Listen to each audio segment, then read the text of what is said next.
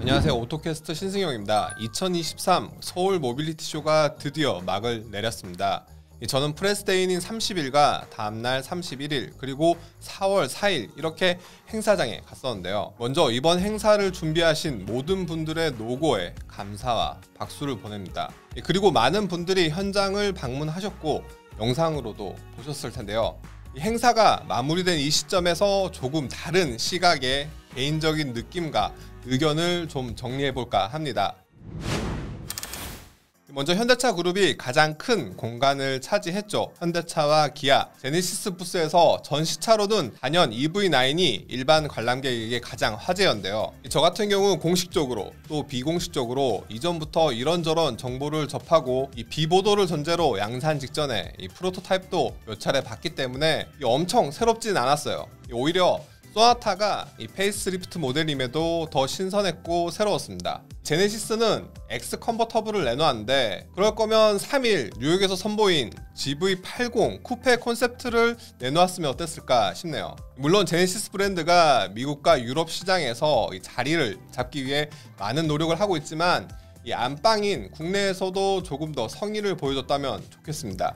정의선 회장은 4일에 행사장을 방문했었는데요. 공교롭게도 이날 KG 모빌리티에서도 별도 간담회를 개최하면서 이 프레스데이가 아니었음에도 불구하고 기자들이 현장에 많았습니다. 자연스레 현장에서 정의선 회장에게 따라붙은 기자도 많았고 기사도 많이 나왔는데요. 저는 직접 팔로우를 하진 않았습니다. 다만 이 따라붙었던 기자들에게 좀 물어봤더니 테슬라봇이라 불리는 옵티머스 모형과 고스트 로보틱스의 비전 60에 대해서 관심을 많이 나타냈다고 해요. 특히 사족 보행 로봇 비전 60은 배터리를 어디 것을 쓰는지 시야 커버리지는 어떤지 이 회사 관계자들에게 직접 질문도 던졌다고 합니다. 정의선 회장이 직접 개인 투자를 한 보스턴 다이나믹스의 스팟과 외형적으로 비슷한 만큼 더 큰 관심을 보였던 것이 아닌가 싶습니다. 그리고 KG 곽재선 회장과도 만나서 인사를 나눴다고 해요. 제 기억으로는 정의선 회장 같은 경우 2021년 이 코로나 때는 오지 않았었고 2017년이나 그 이전 서울 모터쇼에서는 보통 프레스데이 하루 전 저녁이나 혹은 당일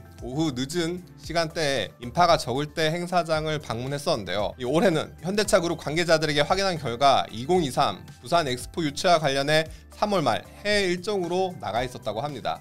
그래서 이번에는 평일 오전 일찍 10시 오픈 전에 킨텍스를 방문했다고 하네요. 이어서 KG 모빌리티 구 쌍용차이죠. 기대 이상으로 일반 관람객들에게 호평이 자자했습니다. 이 전기차인 토레스 EVX도 어느 정도 주목을 받았지만 단연 눈길을 끈 것은 F100과 500 그리고 KR10 등 콘셉트카 3종인데요. 이 물론 완전히 새롭고 처음 본 콘셉트카는 아니었어요. 사실 코란도를 재해석한 KR10은 2021년 디자인이 이미 공개됐었고 이 렉스턴급 전기차 F100이나 전기 픽업 트럭 500은 작년 7월 이후부터 이야기가 꾸준히 나왔었습니다. 즉 쌍용차가 KG 그룹에 넘어가기 이전부터 어느 정도 이미지나 개념, 정보가 공개된 콘셉트카이지만 일반 관람객 입장에서 사진이나 스케치가 아닌 목업 실물로 본다는 점에서 큰 볼거리가 되었습니다. 저는 KG 부스에서 느낀 게 조금 달랐는데요. 가장 크게 느낀 점은 임직원들의 태도, 자세랄까? 이전까지 모토쇼뿐만 아니라 신차 출시 행사에서도 제품에 집중되기보다 회사의 경영난에 이목이 집중됐었거든요. 이 콘셉트카들도 우리는 앞으로 이런 것도 내놓고 할 거야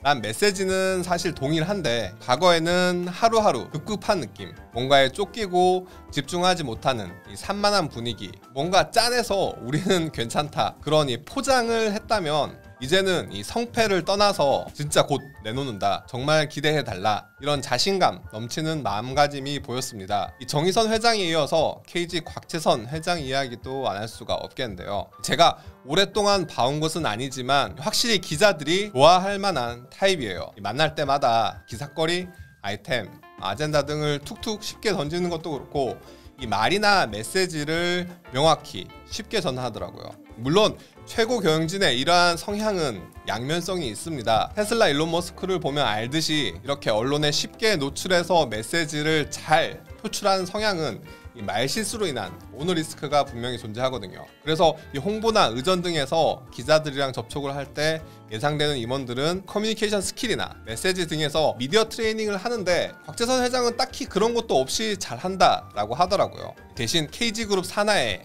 경제지인 이데일리가 있거든요. 이 곽재선 회장 본인이 기자들과 종종 만나서 이런저런 시간을 갖는다고 해요. 그래서 자동차나 이 철강 회사의 오너보다는 이 언론사 사주로서 조금 더 유연한 느낌을 풍겼습니다. 이 첫날 프레스데이에서 곽재선 회장이 현대차 부스에 이 소나타를 보고 좀 많이 감탄을 하더라고요. 이게 처음 쌍용차를 인수하고 자동차란 제품에 대해서 이야기를 할 때랑은 다르게 짧은 시간 동안 나름 꽤 공부를 많이 했다 라는 묻어나는 멘트가 나왔습니다. 이 4일 비전테크데이에서도 이 같은 모습을 확인할 수 있었는데요. 이 전동화 전용 플랫폼이나 OTA, 차량용 통합 OS, 그리고 자율주행 기술 등 이 미래 로드맵은 KG뿐 아니라 현대차 그룹을 비롯해 GM, 르노 등 모두 다 하고 있기 때문에 뭐 특별하진 않았어요. 다만 이 질의응답에서 곽재선 회장의 그런 경영 방식을 좀 엿볼 수 있었는데 먼저 굉장히 실용적인 성향이었습니다. 예를 들어 사명을 바꾸고 로고를 바꾸는데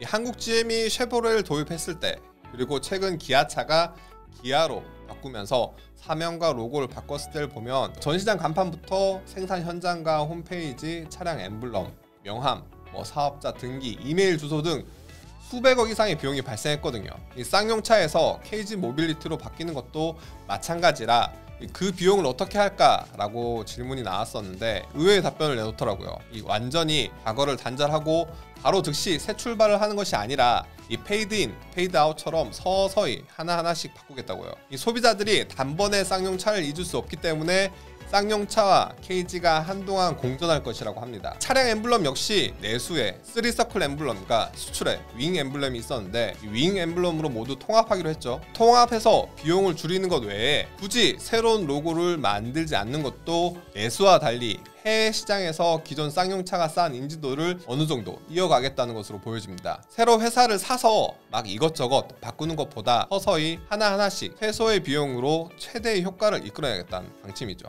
이어서 이 대외적인 이미지나 명분보다 실속을 좀 많이 우선시 하시는 것 같아요. 이 4일 행사장에서 곽재선 회장이 정의선 회장을 만나 한 말도 KG 모빌리티는 글로벌 메이커가 아니기 때문에 큰 시장에는 조금 어렵다. 이 작은 시장에서 곳곳에 떨어지는 낙숫물을 줍겠다라고 말했습니다. 이게 말뿐이라면 한 회사의 대표로서 겸손한 언행으로 비춰지겠지만 곽 회장은 실제로 그 말들을 실천하고 있습니다. KG 모빌리티는 최근 사우디아라비아에 라이센스 계약을 했고 아랍에미레이트와 수출 계약을 체결했습니다. 그리고 베트남을 기점으로 KD 수출도 확정지었어요. 곽 회장은 미국과 같은 대륙급 시장도 있지만 아프리카와 남미 등 작은 나라에서도 자동차를 필요로 하고 있다 라면서 한 우물을 깊게 파는 것도 중요하지만 넓게 파는 것 또한 중요하다고 생각하는 만큼 다양한 시장에 다변화된 방법으로 공략하겠다라고 밝혔습니다. 중동, 아프리카, 남미, 동남아시아 등에 이어서 최근에는 우즈베키스탄이나 카자흐스탄 등과 같은 중앙아시아 지역도 컨택하고 있다고 해요. 판매 방식도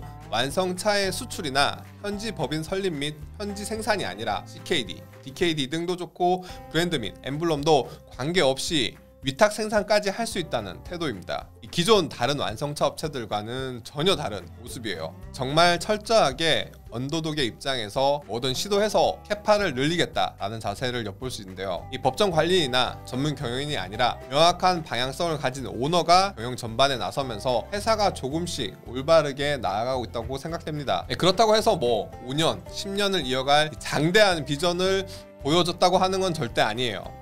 이 자동차에 대한 충분한 경험이나 인사이트도 부족할 수 있어요. 다만 시장의 약자인 자신의 위치를 정확히 파악하고 이 현실에서 최선을 선택을 하고 있는 것 같다. 그리고 쌍용차에서 그간 볼 수 없었던 리더십을 KG에서는 조금 기대할 수 있을 것 같다 정도입니다. 앞으로 더 나은 모습, 성장하는 모습을 기대하겠습니다. 이어 르노는 외부에 모빌리티 체험 시험장을 운영했는데요. 이건 그냥 굳이 라는 생각이 들었습니다. 신차나 콘셉트카나 실내 전시할 볼거리가 딱히 없다면 그냥 GM처럼 참석을 하지 않는 것도 좋지 않았을까. 만약 제한된 예산이었다면 선택과 집중이란 측면에서 조금 아쉬운 결정이지 않았나 싶습니다. 반대로 GM 같은 경우에는 국내 완성차 메이커인데 불참을 했어요. 그리고 바로 일주일 전 킨텍스 이전 시장에서 트랙스 크로스오버를 선보였습니다. 이 모빌리티 쇼에서 함께 공개하는 것보다 훨씬 더 이슈가 많이 되었고 가격을 비롯한 나름 초기 반응도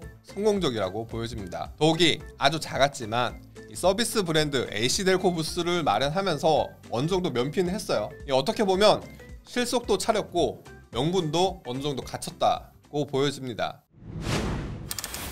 이 자율주행과 전동화, 커넥티비티 등 자동차 산업의 트렌드가 급격하게 바뀌면서 이 오프라인 전시 행사의 흐름도 넘어갔죠. 이 모빌리티 쇼로 이름을 바꾸고 영역을 넓히고 있지만 오토쇼나 혹은 모토쇼와 같은 행사는 예전만큼 위상이 높진 않습니다. 특히 코로나를 거치면서 이 비대면 온라인 글로벌 행사가 굉장히 많아졌는데요. 그럼에도 이 같은 행사 현장에는 자동차 외에도 이런저런 볼거리와 이야기거리가 있다는 것을 말씀드리면서 앞으로 보다 다양한 국내외 현장 소식을 전할 수 있도록 하겠습니다.